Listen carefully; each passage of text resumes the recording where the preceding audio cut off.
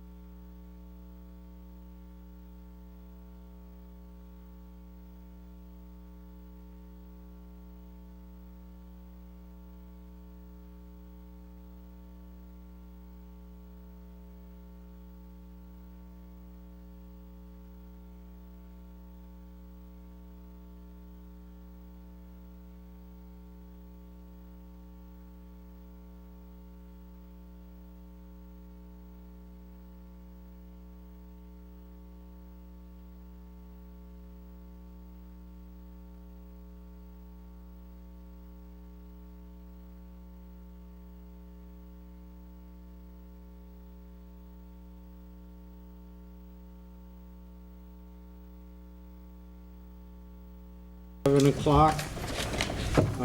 Mark is unable to make it tonight, and I'm going to handle a couple motions for him. And it's definitely my pleasure to entertain a motion to approve the mayor's request to confirm the appointment of Mary Ellen Murphy, 7 Astor Lane, to fill an unexpired term on the Council of Aging Board of Directors, term to expire February 2019. Mary, would you like to come up to the podium, please? Second. Thanks, Kate. Hi, Mary, how are you? Good, Glad to thank you. see you. Thank you. Get you out this lovely evening to come down and look at this semicircle. I'm really thankful for your volunteering for this committee because, as it's been said many times, without the volunteers, this city would not move at all. Absolutely. Thank you. Mary, would you like to give us a little rundown on yourself and why you're interested in this and maybe your qualifications you think will help on this board of directors? Yeah, sure. My name is Mary Ellen Murphy. I've lived in Attleboro for 33 years. We're at 7 Astor Lane. My husband and I raised our 4 children here in Attleboro. I volunteered in the Attleboro Public Schools. My children went through grade 8 with the Attleboro Public Schools, then to Bishop Fien. I have 3 of my children are married. I have 7 grandchildren. My husband and I still live here in town. I did a lot of volunteering with the school department. I filled in as temporary as a school nurse for a while. I did a lot of classroom volunteering. I ran the PTO at Thatcher when it was a middle school for a number of years. I started the parish nurse program in the greater Attleboro area in the, I think it was early 2000s. I'm also a veteran. I served in Iraq from 2003 to 2004 as an Army nurse. And I thank the council for welcoming me back when they did. I've always been very interested in the elderly. I'm currently the administrator at Madonna Manor Nursing Home here in North Attleboro. When I was a parish nurse, I did a lot of work with Madeline McNeely, with the community visiting nurses, with hospice, as well as their home care programs. I made a lot of visits to our elderly congregation members at St. John's in Attleboro, as well as some of the other parishes in the area. And then I went to work full-time with my youngest child, who's in high school. And I'm at Madonna Manor as a nursing home administrator now. I don't use my nursing license currently because Department of Public Health frowns on you using a nurse's license and an administrator's license, but I still hold both licenses. I really feel there's so much value in our elderly citizens.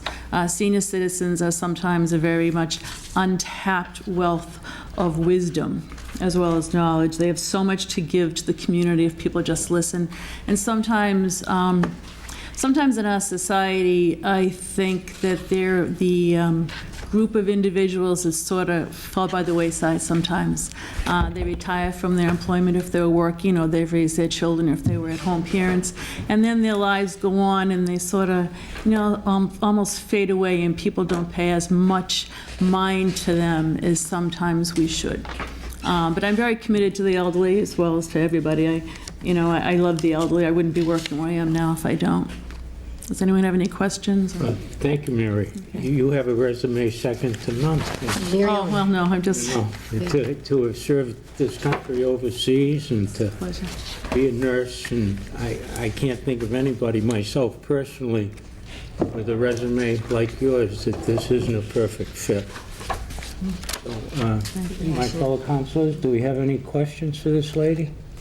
Yes, Julie. I'm very, very happy. I'm a veteran also, as I think we've met before. I think we have, Julie. Yes. Thank you, So too. small community, so we usually run into each other. And I have run into, at the Council on Aging, often to answer questions, military questions, if you would, because a lot of these folks are dual eligible. So I'm very, very happy to see this because there are a lot of people that don't know still that there are some resources available to you. And I have a very good distribution list where we share a lot of that information, so I'd like to get you on that list. Absolutely. So we can share that information together. That'd be great. Thank you. Thank you. Ms. Jackson. Thank you. Mary Ellen, first of all, thank you very, very much for stepping up and volunteering. And you're filling the shoes of a wonderful, wonderful gentleman, Terry Gayton, which we all know from the high school. Super, super guy. We're sorry to see him go, but we're very happy to welcome you to the board. Thank you very much. Thank you. Anybody else have any questions or comments? Mary Ellen, again, thank you very much for coming this evening, and thank you for your volunteerism. You're very welcome. I can see this isn't new to you, the volunteerism part, so. I don't know, I think maybe I feel bad for your husband. Are you home at all? Yes. I don't volunteer as much as I used to. Okay. All right, Mary Ellen, thank you again for coming, and we wish you the best in this endeavor. I'm sure you're going to be a great, great added benefit to that board of Thank you, I hope directors. so. Thank you. Thank Questions or comments? All in favor? Aye. Aye. Motion passes. Second motion tonight. I entertain a motion to approve the mayor's request to transfer $31,314.56, excuse me, from account 112410000-578300, citywide reserve fund for transfer, to account 165010000-515075, park and forestry earned time payment, to make a payment for unused sick time and annual leave time upon the retirement of the Superintendent of Parks and Forestry, Sonny Almeida, effective December 31st, 2016. Second. I know this is pretty self-explanatory, and it does seem like a large sum of money, but Sonny's been with us 48 years? No, it's not quite 50, I don't believe, but darn close. And, he's been there and gave his time, and he hasn't been one to abuse it. Sonny's been out sick a few times with some real serious injuries, but other than that, we owe him a debt of gratitude for his time. And this being, well, it's mandatory and it's coming to him, but it's a matter of putting the dots on the i's and the crosses on the t's. Any comments or questions? Yes, Rick. I have a question, which really it's more of a statement. I'll send, being that you're covering for Mr. Cooper, I'll send an email. I was just curious, where we knew that his retirement was coming at the end of this year at budget time, why we wouldn't have budgeted for that amount. That wasn't really, I think, Heather, and I could be wrong, but that was during a struggle to balance the budget.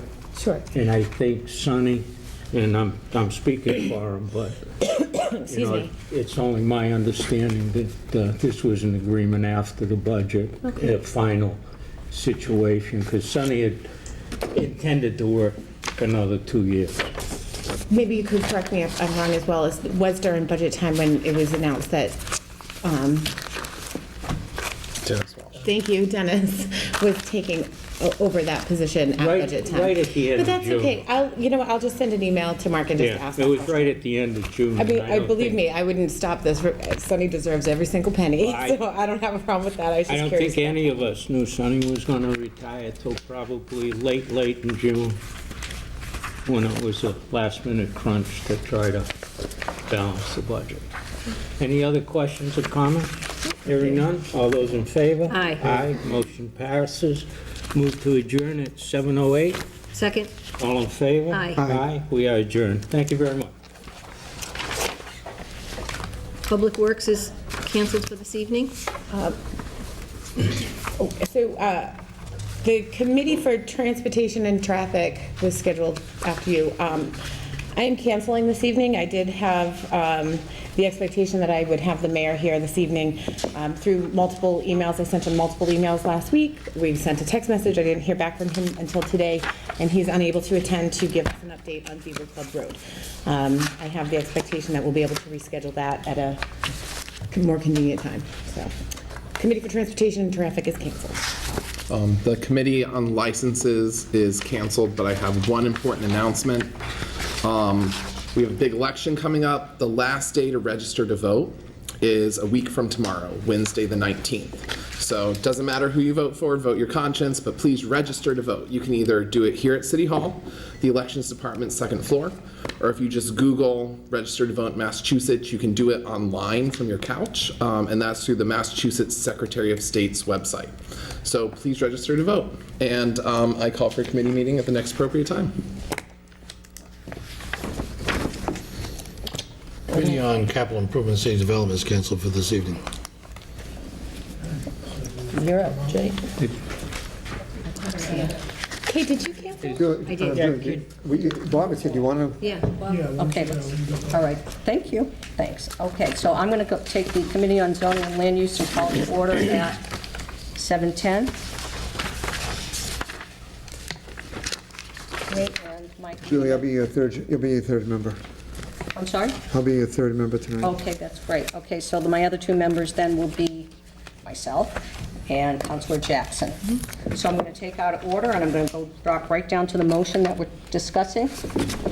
And then I'll ask Mr. Mangiarotti to come up and discuss and see if there's any questions. So I'm going to read the motion first.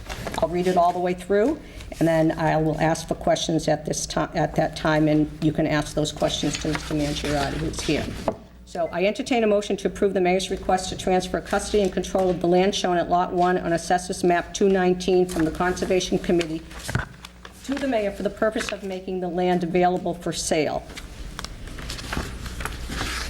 So I guess is this two motions? Yeah, thank you. Yeah. So do we have any discussion on that? Okay, seeing no discussion, then let's go ahead. All those in favor? For the vote Call on for it. vote, yep. Aye. Aye. Okay, so motion passes. I'll go on to the next motion. I entertain a motion to approve the mayor's request to approve the settlement agreement dated September 21st, 2016, described herein, and to authorize the mayor, in accordance with the settlement agreement, to execute on behalf of the city a release deed without covenants conveying a certain parcel of landlocked land as Lot 1 on Assessors Map 219, the subject parcel, to WB Construction and Development Corp.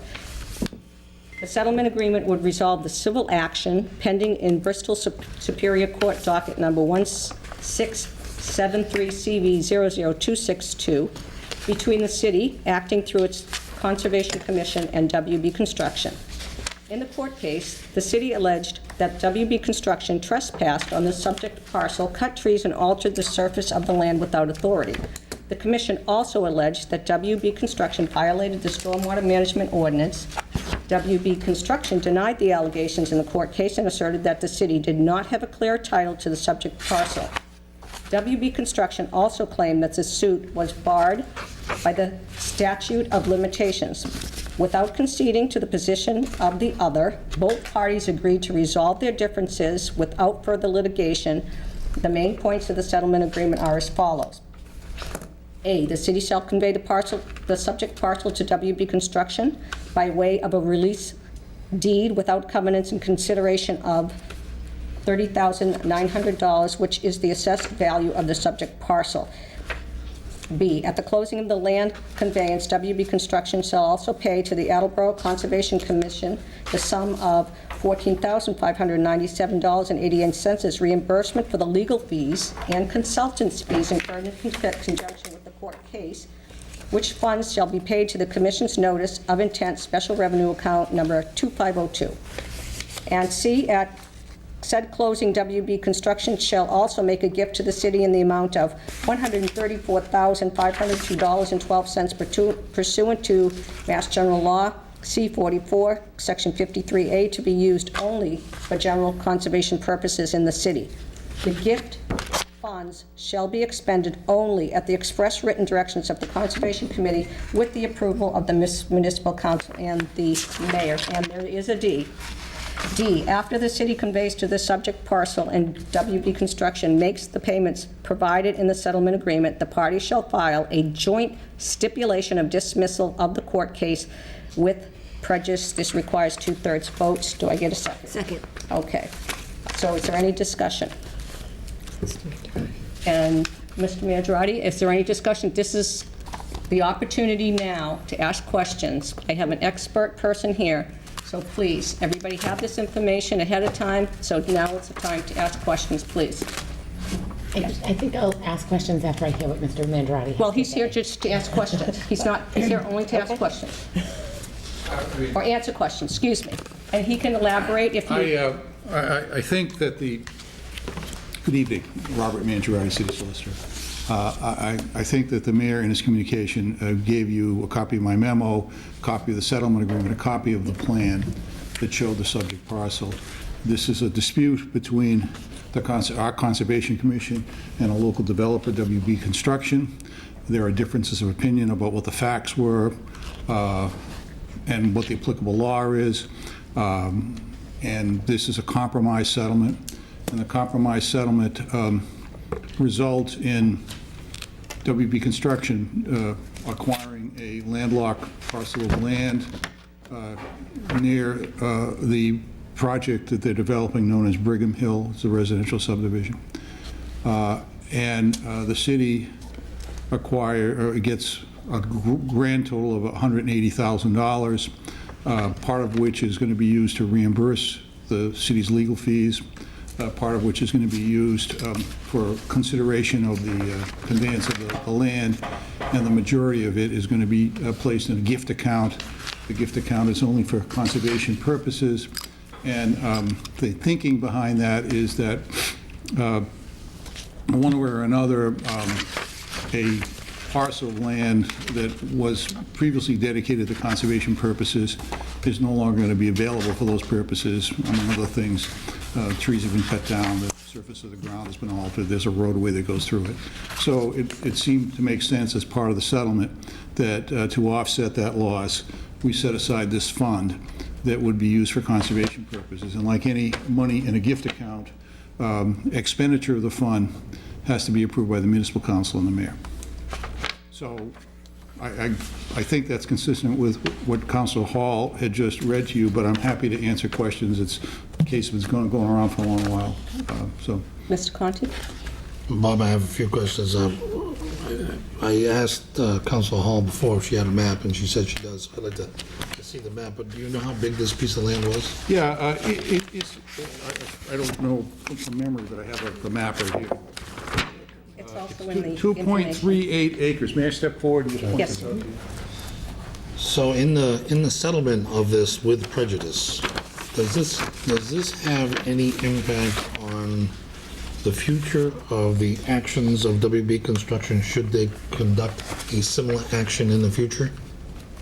Well, let me clarify that. Yeah. If WB Construction were to, next month, do something very similar, does this decision have any bearing on that future action? No, but I want to make sure that we understand each other. You understand that the heart of the lawsuit that was filed in Superior Court had to do with trespassing on town or city-owned land and cutting trees on city-owned land. Now, of course, that'll never happen again because this land in question is not going to be owned by WB Construction. But I think what Councilor Conti was referring to is if they engage elsewhere or anywhere in conduct that violates our regulations, in particular wetland regulations, this settlement doesn't relate to anything like that in the future. This settlement is backward-looking. So could you then please explain the phrase stipulation of dismissal with the court case with prejudice? What prejudice means, all of the issues that were articulated in the complaint filed on behalf of the city are resolved, so that we can't, with prejudice means we can't bring up those issues again. It does not mean that we can't bring up claims for any future violation. So in the future development of this land, that is the decision of the court or decision of the stipulation, Yes. will the area of disturbance once again become conservation land? No, it won't become conservation land. However, it'll be privately owned land, and it will be subject to the stormwater management ordinance. And so that means that to the extent that they propose to alter more than 2,500 square feet of the surface of the ground, they will have to seek a permit under the stormwater management ordinance. And I don't really know whether any of the land in question is subject to the Wetland Protection Act, that is bordering vegetated wetlands and things like that. But if it were, and they were to work either in the resource area or in the buffer zone of the resource area, all of that would apply. So this does not exempt the land in question from the applicability of the ordinances or the law. It just says the claims that we set out in the case that's on file at the Superior Court have been resolved. So behind my question was the taxability of the land in the future. I mean, as it currently sat, it was land owned by the city, it did not get taxed. It's now going into private hands, but as you describe it, it's going to be probably Chapter 61 open space land. I don't think, well, first of all, the settlement doesn't really contemplate the future land, use of the land. Secondly, from my understanding of the background of this case, my understanding, and I can't speak for WB Construction, but from conversations that we've had over really a course of years, their intention is to use it for more development. Bear in mind that I don't believe that this land in question is wetland. You know how under the ordinance in the State Wetland Protection Act, generally you can't develop or alter wetlands. I don't think this land is wetlands. I think this land is what was formerly called Brigham Hill. I think it's the peak of the hill.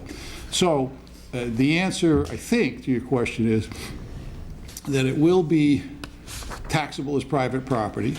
Secondly, the owner will be able to use it for any purpose that's legal. And while I can't commit to that on behalf of WB Construction, I think that they want to use it for development purposes. There is no discussion anywhere about making that particular parcel of land, the subject parcel of the map I gave you. There's no discussion about making that conservation land. Thank you. Answer your questions. Thank you, Madam Chair. That's yours. Yeah, that goes back to my thought. Okay. Are there any other questions? Anybody has? Yes, Mr. Mr. Mangiarotti, the Conservation Committee hired an outside lawyer to represent them?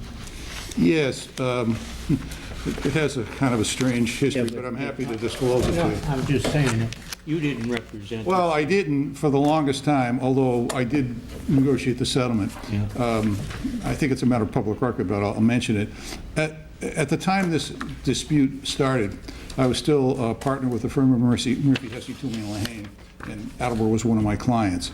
But And in my private practice, I had a private client that, unrelated to the city, for whom Mr. Ward, Mr. Ward of WB Construction was going to be an expert witness. And as a result, that put me in the position of a conflict when my other client, the city, was going to bring an action against him. So I referred the matter out to a competent land use lawyer from Mansfield, Edward Valenzola, and he filed a lawsuit, and he did a lot of work on behalf of the commission. Then my case, the private case I was just referring to, was resolved. My client prevailed. Mr. Ward was no longer necessary as that expert witness. And so then the conflict was gone. And at that time, in an effort to save money, the commission asked me if I would, or allowed me to get back involved. And then I negotiated the settlement. Does that answer your question, Mr. Blair? Yeah, I just thought there was an outside attorney. Yeah, there was an outside involved in attorney, it. and there was a surveyor who prepared the map that is in your backup material, and I showed Mr. Conti a moment ago. And then there was an expert who did an evaluation of the value of trees that had been cut. And that's the $14,000 and change, which is being reimbursed to the Conservation Commission. That money came from the Conservation Commission. It did not come from the general fund. It came from the Conservation. That's what I was relating to, that $14,000 wasn't for Mr. Mangiaratti's services, that was from outside consultant and outside lawyer. Thank you. Thank you. Well, great, then, if there's no other questions, I'll excuse myself. Any other questions? There's a lot of information here. Hopefully, I know everybody probably didn't get a chance to read it, but there's a lot of information in here. So if there are any questions, if you please email them to me, and I can get them to Mr. Mangiaratti, so those questions can be answered before we take the vote next time. Right, and one more thing, just to explain further procedurally, if I may, Councilor Hall, is this land, it was originally taken for non-payment of taxes, then it was dedicated to the Conservation Commission. Whenever we transfer custody and control away from a commission or any department, like the school department or the conservation department, then you have to have a 2/3 vote to move it back into the general inventory of land. So that's the first vote. And the second vote has to do with the authority of the city to sell the land. And there are statutes that say when you're selling land that we acquired by tax taking, you need a 2/3 vote. And we, I hope, provided ample explanation of those votes. But those are the statutory underpinnings of the votes that I've asked you to take. We have another question here. If we could just make one thing perfectly clear. This piece of land was landlocked and was only accessible by the abutters on the four sides of the property. It was not accessible by the general public in any manner. That is correct. Thank you. And Mr. Conti, I think that's a pretty important factor. It is. Anybody else have anything? No. Again, if you have something after the fact, please email it to me. I'd like to get it resolved prior to the vote next week. So, seeing that there's no further questions or discussions, all in favor? Aye. Aye, okay, that's 3 yeas, 0 nays, the motion passes. So I do have one other piece of information that I have to read in. This is not a motion. This is from the docket of October 18th, 2016. The mayor respectfully submits a communication with the Director of Planning and Development, Gary Erasian, in regards to the city efforts in being designated a green community through the Massachusetts Department of Energy Resources. There are 5 criteria that a community must demonstrate compliance with in order to obtain designation as a green community. Among the criterion is criterion 1, whereby a municipality must allow by right research and development facilities in its zoning ordinance, and that further such facilities must accommodate both alternative energy technologies and renewable energy technologies. City Solicitor Robert Mangiaratti reviewed the changes and approved them to form. Therefore, the mayor hereby requests your honorable body vote on the following amendments. Amend 17-3.4, number 11, Table of Use Regulations, Wholesale Transportation, Industrial, by deleting establishments devoted to research and development activities and inserting in place of research and development facilities as followed. 11, Research and Development Facilities. amend Section 17-11.2 definitions by inserting the following definitions alphabetically. Alternative energy technology, technology that uses or enables the use of energy generated in ways that do not deplete natural resources or create byproducts that are harmful to the environment, especially by avoiding the use of fossil fuels. Such technologies include combined heat and power, as well as electric and hydrogen-powered vehicles, including associated equipment and facilities, but do not include biomass power or gasification technologies. I'm reading this all tonight so that I don't have to read it again, okay? So please bear with me. Biomass power, electricity or other forms of power developed from organic products, fuel, such as landfill waste, crop residues, and plant material or animal manure. Biomass fuels are converted into power or other fuel sources through combustion. Renewable energy technology, technology that uses or enables the use of energy which can be obtained from natural resources that are not depleted when used.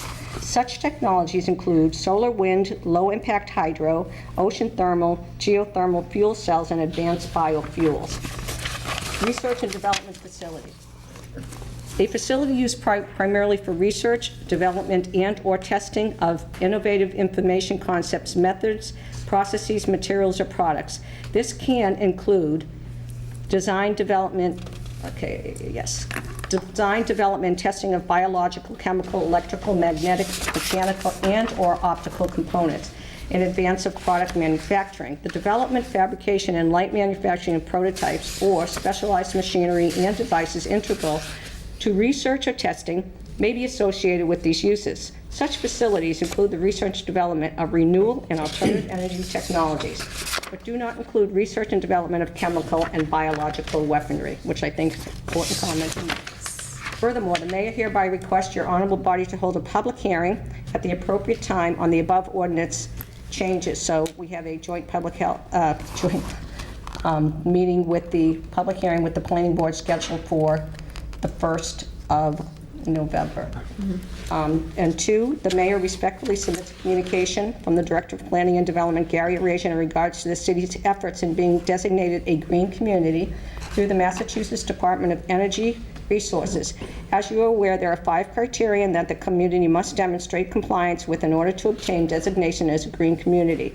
Among the criteria is Criterion 5, whereby a municipality must adopt the Board of Building Regulations and Standards Stretch Code, which is an appendix to the Massachusetts State Building Code. The purpose of the Stretch Code is to provide a more energy-efficient alternative to the base energy code for new buildings. To date, 176 municipalities in the Commonwealth have adopted this Stretch Code. City Solicitor Rob Mangiarotti reviewed the changes and approved them to form. Therefore, the mayor hereby requests your honorable body vote on the following amendments. Amend Section 3, building of the revised ordinance of the City of Attleboro as amended by inserting the following new section as follows. Section 3-13, Stretch Energy Code. Section 3-13.1, definitions. International Energy Conservation Code. The International Energy Conservation Code is a building energy code created by the International Code Council. It is a model code for the establishment of minimum design and construction requirements for energy efficiency and is updated from time to time.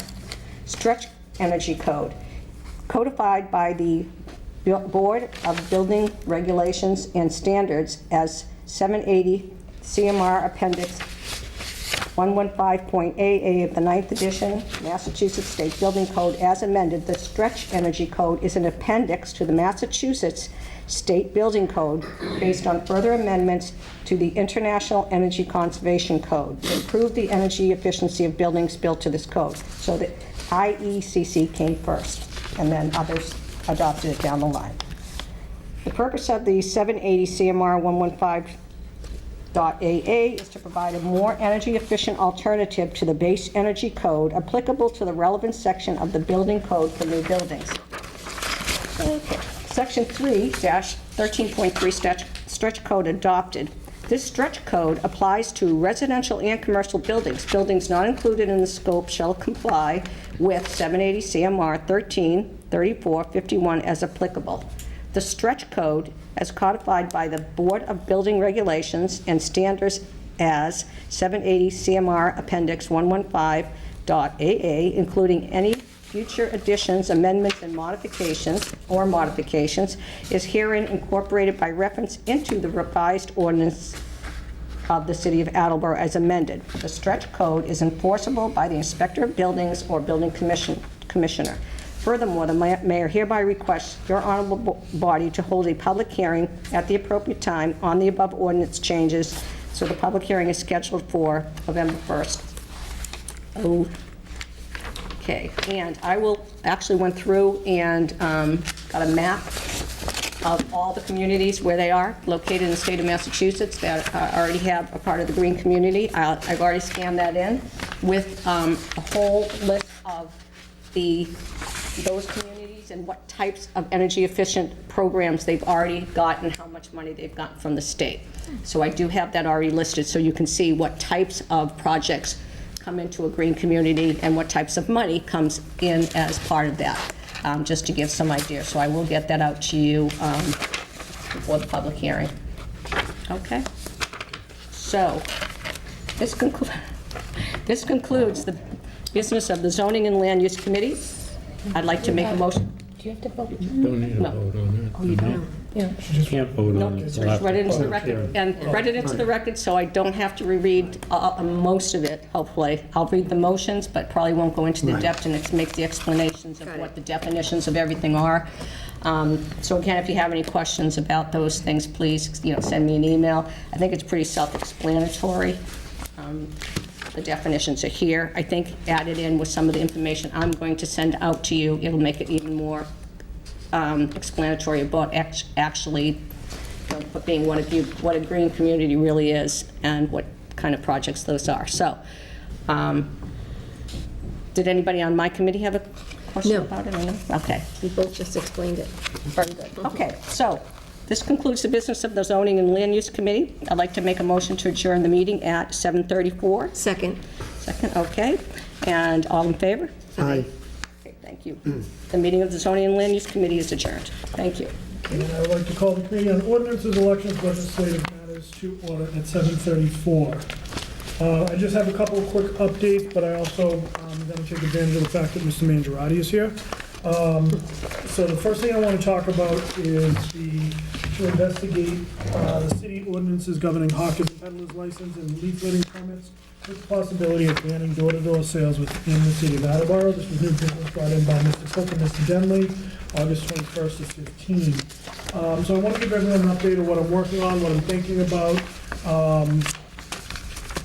really in terms of hawkers and peddlers, more specifically, really focusing in around the door-to-door. I'm sure each of us have received phone calls from residents or someone stopped us who've had someone at their door trying to sell something. Most likely, recently, it's been solar panels.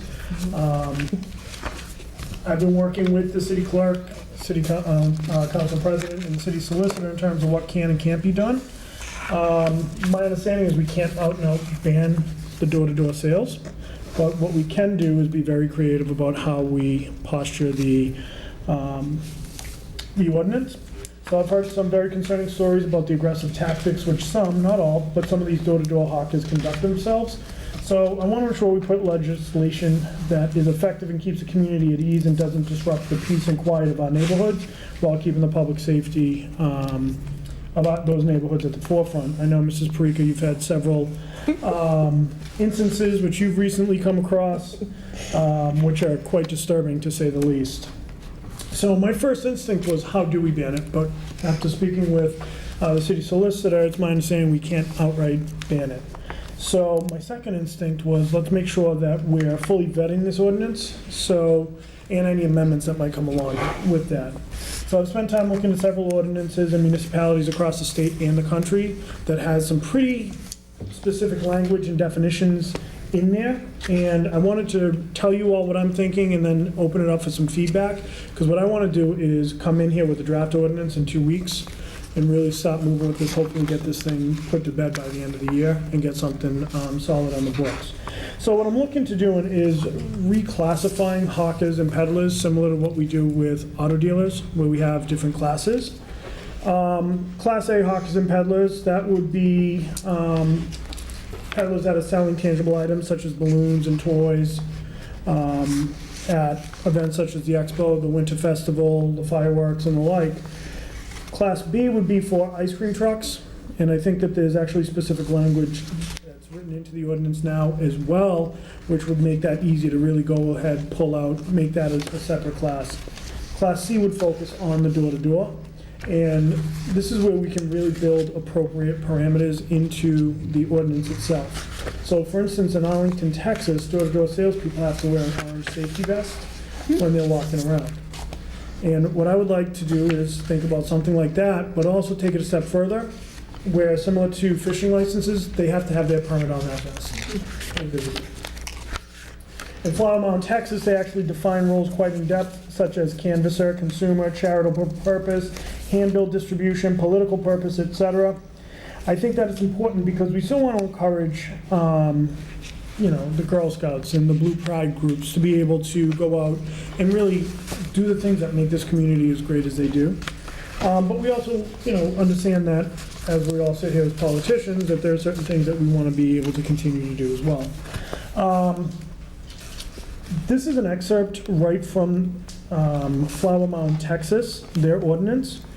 Each holder of a master permit requiring cash deposit or taking orders on delivery purchases, COD, or who requires a contract of agreement to finance the sale of any goods, service, or merchandise for future delivery or for future services to be performed in the future, shall furnish the city a bond in the amount of $5,000 by the permit holder as principal and by a security company authorized to do so in the state. So that's something to think about. It really is. Because so what happens, a master permit is, what happens is one person will go into the office, the clerk's office, and they'll get their permit. Let's say solar panels, because that's kind of the hot topic. And then they'll have all their sub-vendors come out, and they'll all operate under that one master permit. So what I'm suggesting is that we look into putting a bond on the table. But we also look into each contractor that they bring, each salesperson, has to have their own permit. Because right now, as it currently stands, there's no vetting process. You have it for the master, but you don't have it for the subs. So I think from a public safety perspective, I think this makes it a little more, if you just At the end. write it down, thank you. Just because I don't want to lose my train of thought, which will happen. Makes it a little more efficient and a little more safe, a little safer when we're out there. Things we should look at are application fees, which, given the safety risk of this sort of sales activity, I think should be appropriate and even borderline steep. Issuance of a badge, potentially a photo badge, as I know that they do in some communities across the country for this specific vendor. Purposes requirement that badges are affixed visibly to the person, and work the regulations to include what can and can't be done when soliciting door-to-door. We received an email this morning from Ken about a family who, on a Sunday morning, had someone knocking on their door trying to sell things. So what we want to do is really make sure that we're defining what an offense is and what the penalties for an offense. And some of the offenses need to include, there's no soliciting on holidays, Saturdays, Sundays, which should be prohibited. We should look into making solicitation times, thank you, constrictive in expectations of obedience to no trespassing and no solicitation signs, because I've also heard that from people, that they have right on their property, no solicitation, no trespassing, and it's not stopping them. That's a problem to me. Penalties for non-compliance will include fees and revocation of permits, no solicitation on public property. All in all, as our ordinance is stated, it's pretty clear cut, but I think we can do a service to the community by adding more teeth to what is already there, really carving out specific niches and notches in our ordinance, especially if we can't out and out ban it. We can certainly send a message, we only want legitimate businesses operating in Attleboro. And I wanted to open it up for some discussion, so Mrs. Parika, now would be a Thank you. perfect time.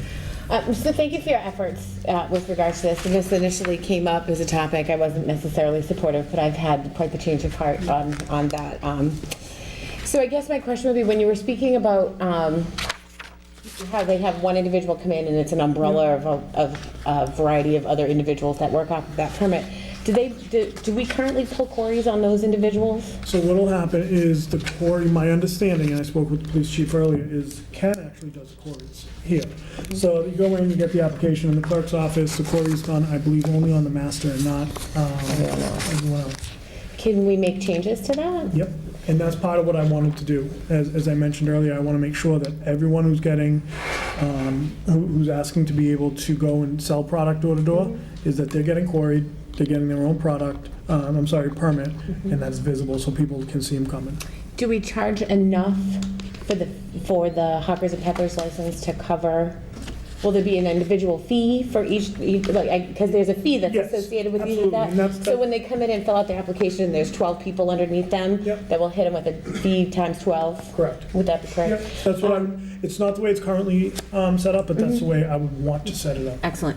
And just a follow-up, so one of the things as a member of the licensing committee, when we get information with regards to hawkers and peddlers and things like that, we don't necessarily have access to the quarry reports. We personally don't have access to those to make a there's a recommendation that is made, but we don't have access to that information. Is that something that we could have access to? That would probably be a Mr. Mangiarotti question. May I, Jay? Yeah, please, If you- absolutely. Yeah, just, I think it's a good question, and I think it's a logical question, the answer to which I don't know. did you just say I asked a good and logical question? It's a Well, great night at the council. Well, no, I think that to my way of looking at things, I think it would be helpful to you in making your decisions and protecting the public. But frankly, if the council is interested in that, I would like the ability to research it, because certain people are authorized to do quarry checks for certain reasons. I do not believe any individual members of the council are authorized under the state statute. What it would take to get you authorized, not necessarily by the name, but by the position, might be something worth exploring. So that if the council wants to pursue that, I can do some research and, in fact, check with the quarry agency and see if we can expand the authority. Because I know, I don't want to speak for Ken, but I know he's a little uncomfortable with it because it goes to him, but then he can't give it to you, which is really counterintuitive. I find it sometimes challenging to make an appropriate decision where we don't have all So, and if I also may just add that I think I had a conversation both with Mr. Delicio and with the city clerk, Steve Withers, about this. And this is an old ordinance. I don't think it's been looked at comprehensively for a while. If you're interested in it, I think it might be a good idea just to try to modernize it and take into account some of the modern considerations. So I think it's a worthy undertaking. Thank you. Vice President Tinley? Thank you, Mr. Delicio. First, I just want to kind of remind everyone why this came up, which was last summer, we were getting crazy, or maybe Mr. Cook and I were getting crazy complaints about door-to-door salesmen, and it culminated in a week where I remember very vividly there were 3 separate instances, all of which made the newspaper, on door-to-door salesmen, including someone kicking in the door of a house and being arrested for breaking and entering, and it got really out of control. And it didn't seem like something that was appropriate for kind of the suburban kind of city that we are. I don't think anyone wants to be bothered at home. So I think that's kind of what instigated this, at least from my point of view. Now, a couple things. One, I love the creativity. I have a question for Mr. Mangiarotti in a minute, but on piggybacking on the creativity, maybe to do door-to-door sales in Attleboro, you need to be a Massachusetts resident. I know that lots of the problems we have are people maybe aren't even citizens, or they come from New York and they all come up 8 at a time and they like descend upon neighborhoods, and then they book it to the next city, or they go to the next city in Connecticut. And I know when I was previously ordinance chair, that was some of the obstacles that we had. So I was thinking maybe they could be state residents. And then maybe if we could have in place a revocation process for certain hawkers and peddlers who don't follow all the rules, because there will be some who make it through the process but then don't adequately comply with the rules, and so we need to have some way to rein them in. My question to Mr. Mangiarotti would be, what specifically prohibits us from banning door-to-door sales within the city? Well, my understanding of the law is that there have been cases throughout the country where the courts have said even commercial solicitations are protected by the First Amendment. Clearly, there's all kinds of cases that talk about religious solicitations or political solicitations going door to door, which are clearly protected as First Amendment rights. But the courts have gone further to say that commercial speech is still protected, not to the same extent as religious or political, but it's still protected speech under the First Amendment. And if I may, I think that the concerns of the council are legitimate. I think that you can regulate time, place, and manner within the constraints of the First Amendment. And how we go about doing that is going to be a little challenging, but doesn't mean we shouldn't do it. The interesting question that you just brought up, which, again, I don't have an answer for, but it's a good question, which is, can we limit it to Massachusetts residents? And one of the reasons for that is that when we do a query check, it's a Massachusetts query. Correct. So if you've got a solicitor coming from somewhere in the Midwest, we don't know what that person's background is, and it may be difficult for us to find out. But, so again, I think it's worthy of consideration. I think when you get to this, you're going to be giving me a little bit of work because I'm going to have to try to give you some guidance on these questions. And I think once you've crystallized your thinking, I'll do my best to give you the best guidance I can. May I ask a follow-up question? Sure, absolutely. Very related to this, kind of in tune with the, we need a process in place for revocation.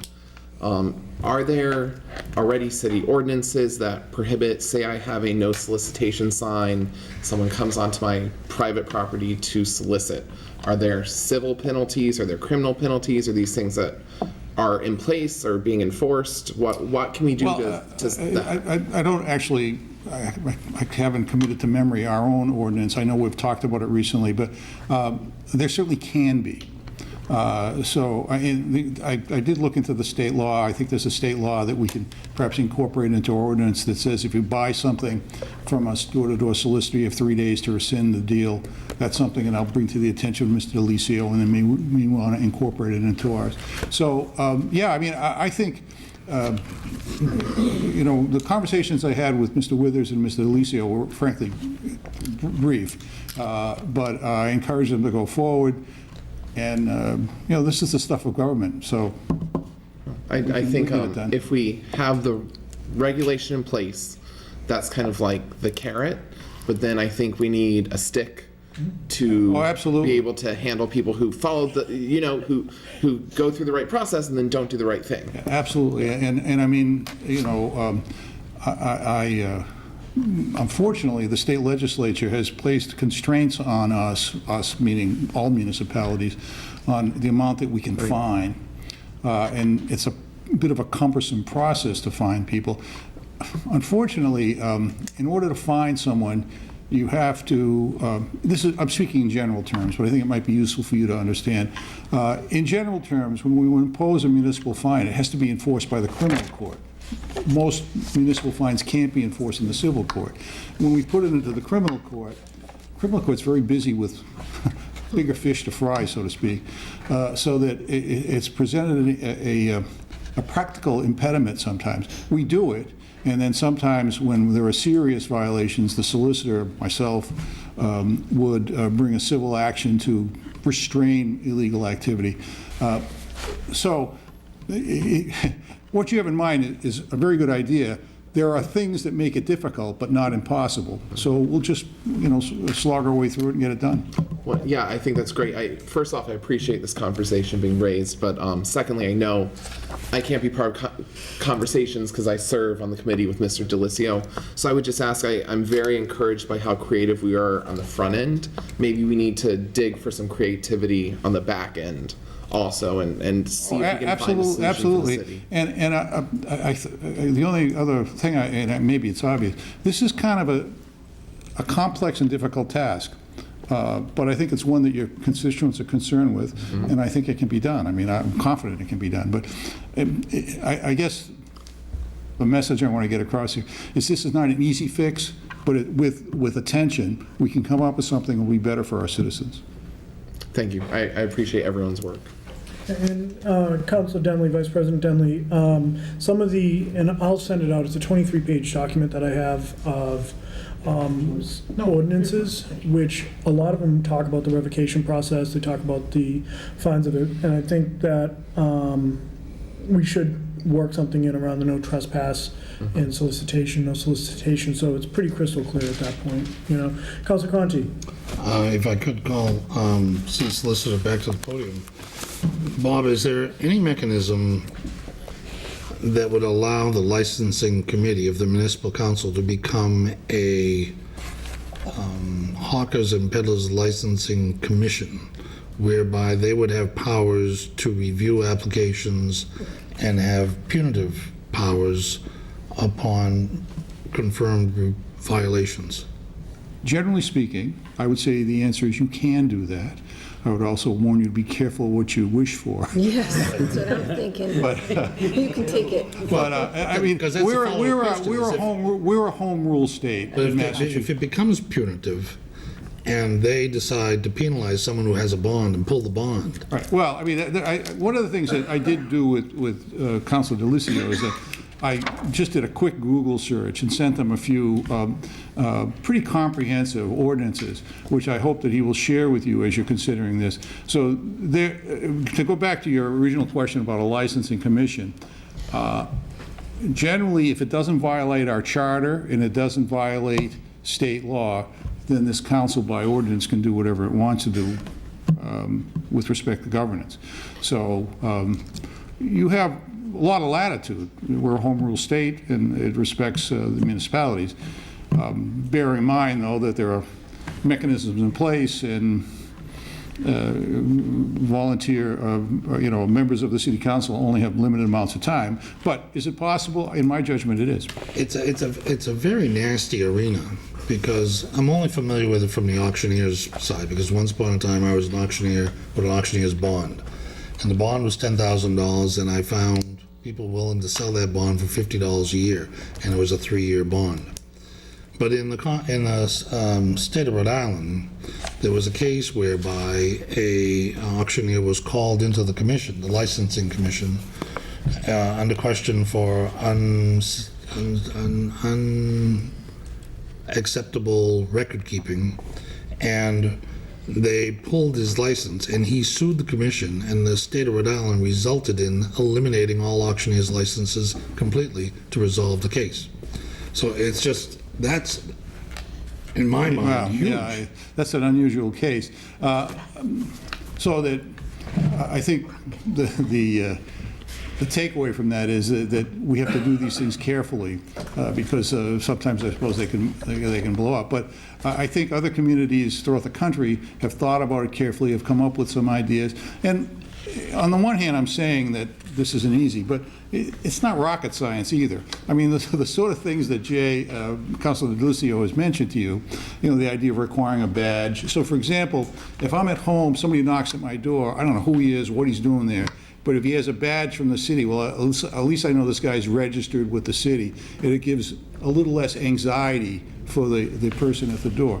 Well, in my thoughts, that's a pretty good idea, and it might be, and I think what you're getting at is we're going to keep track of these people, and then if things don't go right or we get serious complaints, be a little more proactive in pulling licenses, and we may have to put together some kind of a minimal due process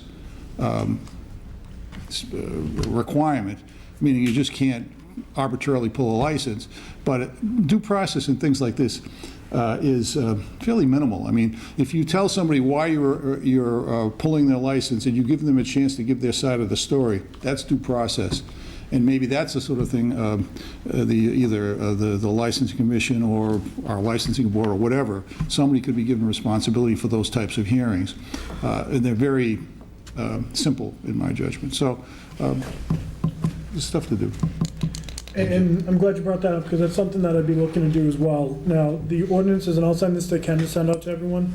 So I have 2 from Texas, 1 from the Midwest, Milford and Needham. A lot of this language is already drawn out in a lot of different ways, and a lot of it, they have the revocation process where there is that due process that a lot of times comes through the Office of the Chief of Police in some manner, or a designee. So I think there's ways we can be creative, but the nature of this beast has changed so much, and it continues to change and manifest into something that I don't know we want in our neighborhoods, to be quite honest. So I think that we have to put the appropriate amount of work and energy into it, and personally, I'm very encouraged by this discussion, and I think that we'll be able to have something relatively quickly on this.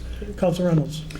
So just listening to everything, you know, and you just mentioned it now, Councilor Delicio, is do we really care if anybody can get in? We're actually trying to eliminate or make it almost impossible to solicit here, which is quite fine. I think a lot of people are afraid of it now, you know, people knocking on your doors, coming to your doors. It's a different world that we live in today. And badges, quite frankly, can be replicated pretty easily today. I mean, people counterfeit money. A badge isn't that going to be that difficult to counterfeit. I know myself, I had some work done from a construction site, and he said, you know, so-and-so will be coming to your house and they'll be wearing a badge, and this is their name. But they also sent a photo from the main blanket group. So there was a photo, it said who the gentleman was, and this was his photograph. And, you know, I didn't even think about it, because I come from that era where, you know, you left your windows and doors open at night. So, you know, you didn't even think twice about it. But I thought to myself, oh my God, it's true. You know, he could have come to the door. I wouldn't have known what he should have looked like or who the person was supposed to be. So I think we have to be cognizant of that. And I think also that if we're going to allow some kind of solicitation, maybe, you know, we insist on a newspaper ad or something like that, that it has to come out the week before they're going to be soliciting, or in what neighborhood they're going to be. I mean, it doesn't have to be a full-page ad, but it's something that says so-and-so this group is going to be, we'll have 14 people out, they'll be in this section of town, and you know, that they have to do it. That's another process that they have to go through. As you were talking about solicitation, I think you've, at the very beginning, Counselor, and I can't remember, you said that, you know, A, B, and then C would be soliciting. Do we put political soliciting as D? Because that's another whole round of, there's a lot of people that don't like it. No offense, I'm political. I didn't like people coming to my door. I don't like having to go to people's doors when they don't know I'm not, you know, that I'm coming. I find it an imposition to them. I think that there should be something that says, I know that we have times that we're running and people are aware that you're running, but, you know, do we make it a known fact that, you know, we're going to be out there, that we make our political process be more user-friendly to people, and if they put up a little sign that says no political soliciting, you don't go in their yard. I mean, that's my own opinion. I don't think that we should be able to. And again, I'm in the political arena, and I've done it, and on my side, when people come to my house, I find it offensive, and I find it sometimes hard to approach people's homes that I know don't really want you there. And I just think, you know, we should really consider all kinds of things if we're doing it for everybody else. That's my own opinion. Thank you. Vice President Denley, then Councilor Hall. Just quickly to Mr. Reynolds. I love some of the ideas of newspaper and tell them where they're going to be ahead of time. Just to address your concerns, I believe political solicitation is constitutionally protected. Right. But if you have a no solicitation sign in front of your house, that bans everyone. Well, maybe that's what needs to be So we more could addressed. encourage residents to put up a cheap little $2 no solicitation sign, Yeah. but there's nothing we can do Okay. to prohibit political Well, I solicitation. mean, I'm sorry for interrupting, but I mean, I think the point of sort of making it clear on our ordinance that no solicitation signs have to be honored is something we can do. It's something, yeah, because I don't But I think mean, most people. Councilor Denley is right, is that, you know, there's just a world of cases about Jehovah's Witnesses and other religious groups and political groups that have ample opportunity to go door to door under the law. But again, the world is a different place. It's different. You know, I'm older than most of you, and, you know, my mother tells the story of when I was a child. She would walk to Teal Square or Davis Square in Somerville and go to a department store and leave me in a baby carriage out front with the lock on, with other baby carriages with babies in them. could never do that. Yeah, you'd be arrested if you did that today. So it's a different world, and I think that we have to be careful about, we have a responsibility to our citizens, and I think that we have to address that sensibly. We have to be mindful of the law, but it doesn't mean we're handcuffed. We can do something. Thank you. Council Hall? Yeah, I think, not to belabor this, but I'm looking forward, I think once we see what you've got, it sounds like you've done an enormous amount of investigation already, and like you're going to put that together, and I think it would be much more helpful once that gets together, if we then can comment on it at that point in time, because obviously, I would assume some of the stuff may already be in there.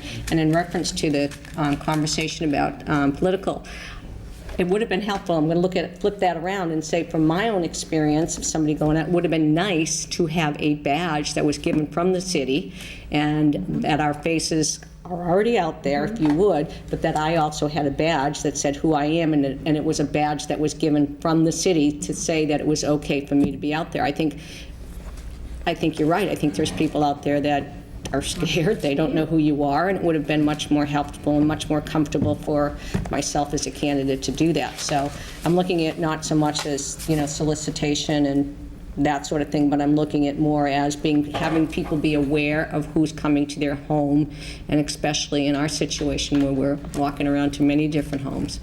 Well, I think that's something that we're going to see, Councilor, is that this is going to continue to evolve as we flesh this out. And to Councilor Reynolds' point, we can certainly be very strong in the language that we put in about, the violations of no solicitation, no trespass. Councilor Parika? I just think as we move forward through this, once everything passes, our language is pristine and everything works, word will get out to those individuals out there that are looking to pull the hawkers and peddlers license, that they have to jump through ridiculous amounts of hoops to obtain that hawkers and peddlers. So we may actually see a downtick in people applying for it. So I think I agree. That's another win on the end of this. So it is the goal. Councilor Agney? Thank you, and all these ideas are great, and I'm also seeing cost associated with some of these ideas. I'd like those to be put back on the applicant themselves. As we talk about a badge for the city to provide, I don't think it's up to, as we talk about a tough budget and everything else, I don't think adding certain costs to the city, but that would go back on the applicant. I don't think the city should have to supply the badge. I'd pay for it. I'd pay for it. And everything I always say is in generic, it's not for a person. Councilor Jackson? Jay, when you first mentioned A, B, and C, you mentioned vests, a colored vest. What I think of with the vest is, right now, if you look at rescuers that are going door to door in Haiti and in North Carolina, and they're all coming along with these vests. To me, if you're an older person, perhaps you might think that they're coming because something's going on in your street, a disaster of some sort or whatever, and they're going to open up the door very freely to someone who has on one of those vests. And I think that might be something you might really want to consider not doing. That's another good point. See, there's a pro and con.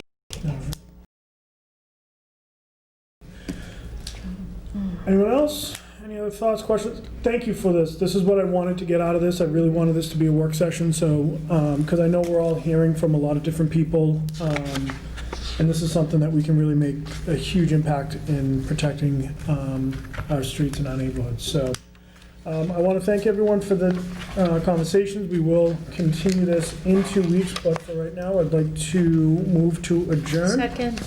Second. All those in favor? Aye. We are adjourned at 8:06. Thank you very much. Okay, reporting on the Committee on City Property and Claims. I'd like to call this meeting to order at 8:06. And I have two motions this evening. I entertain a motion to approve the mayor's request to declare the following Attleboro public school items as surplus for trade-in or resale value and available for disposition. A 2003 Kia Sedona, the VIN number is KNDUP131136469252, and it is unserviceable. Another one is a 2000 Ford Econoline. Its VIN number is 1FTNE24L4YHA04492, and it's also unsafe and non-drivable. Second. Second. Thank you. I think it's pretty self-explanatory why they want to trade in or resell these, put them for surplus. So if there are no further questions or comments. I'm sorry. Excuse me, maybe to help you, Sarah. When I was a vocational teacher, we did this quite often on a yearly basis, because I believe the 2 units you're talking about was probably structural units. Okay. They were used, we used to always use, and then they would get to a point that they weren't a learning tool anymore. So rather than clutter up the area around them, their usefulness to the trade was gone, and we would surplus them. Okay. That makes perfect sense, and I believe that's what I thought. Do they still have a automotive auto deal? Yes, they do. Okay, that's what I thought, the automotive And shop. when and you then I thought said, when you said Kia, Yeah. you know, that's not a city, the van might be, but I doubt it. But the Kia Sedona definitely is, and Yeah, it would be the yeah, automotive shop, so that makes perfect sense. We used to get donations from, From citizens I had, or car in fact, I dealers. had 2 new vehicles. That a car dealership had given, The maybe? company had given, they were blood cars, like, you know, that weren't, Yeah, that weren't perfect shape, that had, were, you yeah, couldn't but they sell were them. newer. Yeah. You know, the problem is, we got a lot of offers for donations, but they really weren't a teaching tool. But some of the late model stuff was not registrable. Right, Type thing. because they were in Yeah. some kind of storm or whatnot, yeah. Thank you for that, Councilor Blair. So if, could I get, if there's no further questions, all those in favor? Aye. Okay, thank you, that motion passes. My second motion, I entertain a motion to declare the following Attleboro Public Library items as surplus and available for disposition. 3 sets of 2-sided shelving units, and they are in good condition. Second. Okay, any questions or concerns? Okay, I believe that these are just coming from areas that they no longer have enough books. You know, a lot of things are turning to CDs or internet, and there's this use for these, yeah. So I'm sure they're in great condition, and if anybody is looking for them, I think I asked this earlier, you can go to, it'll end up showing up on publicsurplus.com. And you might find them on there. So, any questions, concerns? All right, no further. Can I get, all yays on this? All yays. Thank you. That motion passes. All yays, no nays. Okay, that motion passes. And that is, I'm pretty sure, it for me this evening. So if I might, I'd like to make a request to motion to adjourn at 8:10. Second. Thank you. All in favor? Aye. That passes also. I have no further information, no further business this evening, but I would like to call a committee meeting at the next appropriate time. Shannon, are you all set for tonight? Reporting for Public Safety Emergency Management. I have 2 motions this evening to bring forward.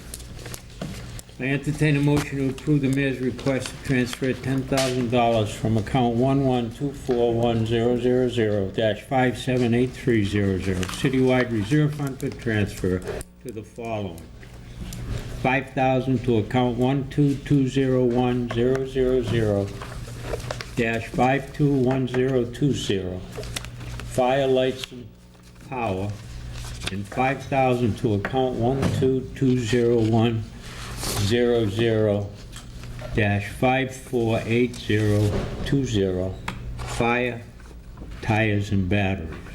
Second. This doesn't sound right to me, maybe I'm reading it backwards. This money, I believe, is coming from those accounts, if I read the backup correctly. I'm listening. If I read the backup correctly. If I may, Peter, when I read it, this was a question that I had when we were reading it through the mayor's communication, Because it says it's coming from the reserve fund for transfer to those two accounts, where maybe it should be Because if you from read, those two if you read, accounts to a different if account. I would read the backup to you, that we have recently discussed the fire department was authorized to hire 12 firefighters near the end of FY 2016. The hiring process included, oh, wait a minute, extensive background investigations, pre-employment medical exam, and comprehensive physical agility tests for the candidates who received contingent employees office. As a result of this intensive hiring process, only 9 candidates were hired before the end of 2016. Additionally, 2 firefighters submitted retirement applications to the Attleboro Contributory Retirement Board as a result of service-related injuries or illness. In order to maintain essential staffing, you authorized the fire department to hire 5 firefighter paramedics, 3 from being short from the initial hiring to the end of 2016, and 2 due to recent retirement. This process was initiated in mid-July and will be completed by the end of October, early November. The total expense in necessary medical examinations is approximately $1,000 per recruit, $5,000 total for those 5, including cardiology exams, radiation fees, examination fees at Sturdy Hospital. Each recruit firefighter will be provided with the required uniform items in accordance with the collective bargaining agreement between the City of Attleboro and Attleboro Professional Firefighters, Local 848. The total of expense for the required uniform item is approximately $1,000 per recipient, $5,000 total. Because the vacancies were not anticipated during the development of the fire department FY 2017 budget, funding was not allocated for the necessary pre-employment medical examinations and firefighters' uniform. In order to expedite the conclusion of the hiring process, we have utilized internal funding transfers to allocate the necessary funds to make the required payments for these expenses. That's why it's coming down that we're reimbursing those particular accounts, because the money was taken from those accounts in order to expedite The hiring. ahead of time. So it makes sense to me now, as I read the backup all the way through, but as I was reading it, it just didn't click. Does that explain why it's going where and how and from? Did you get a second? Yes. Yes, yeah, Mr. Delizio. Any comments?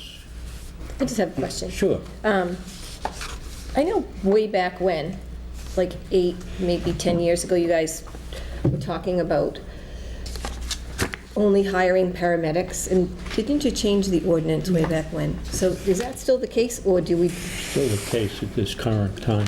Okay. Yeah, I questioned that myself, Ms. Jackson.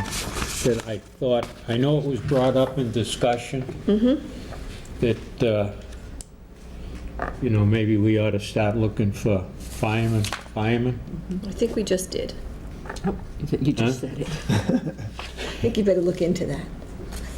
All right. I asked that question just recently. Yeah. Good. So they have to be a paramedic? Yeah. All these guys are paramedics, according to our city ordinance, okay. As far as I know, Katie, I'll look into it. Thanks. Reason for that. All right. Any other questions or comments? Hearing none, all those in favor? Aye. Aye, motion passes. I entertain a motion to approve the request of the mayor to transfer $14,619.86 from account 121-241-000-578300, citywide reserve fund for transfer to account 12201-000-584053, fire communication system, for the installation of a new UHF transmitter and 1 vehicle repeater. Second. Then again, pretty self-explanatory. We were looking at a $500,000 upgrade for fire and police, and this will help us along the way. It's a temporary type fix because we're in no position to spend $500,000 at this time. Any comments or questions? Hearing none, all those in favor? Aye. Motion passes. Move to adjourn at 8:17. All in favor? Aye. Aye. We are adjourned. Thank you very much. That's it.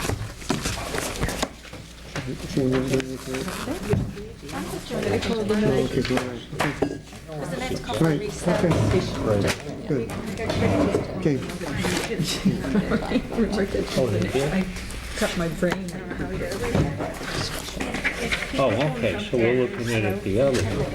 Yes, yes.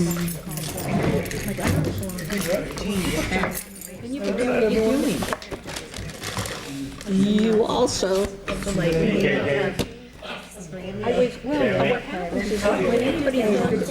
good. But not You're too ready before I'm saying it, and then what happens to me is, I guess I Suggest you give them a certain amount of time to get it. on their own. Yeah, yeah.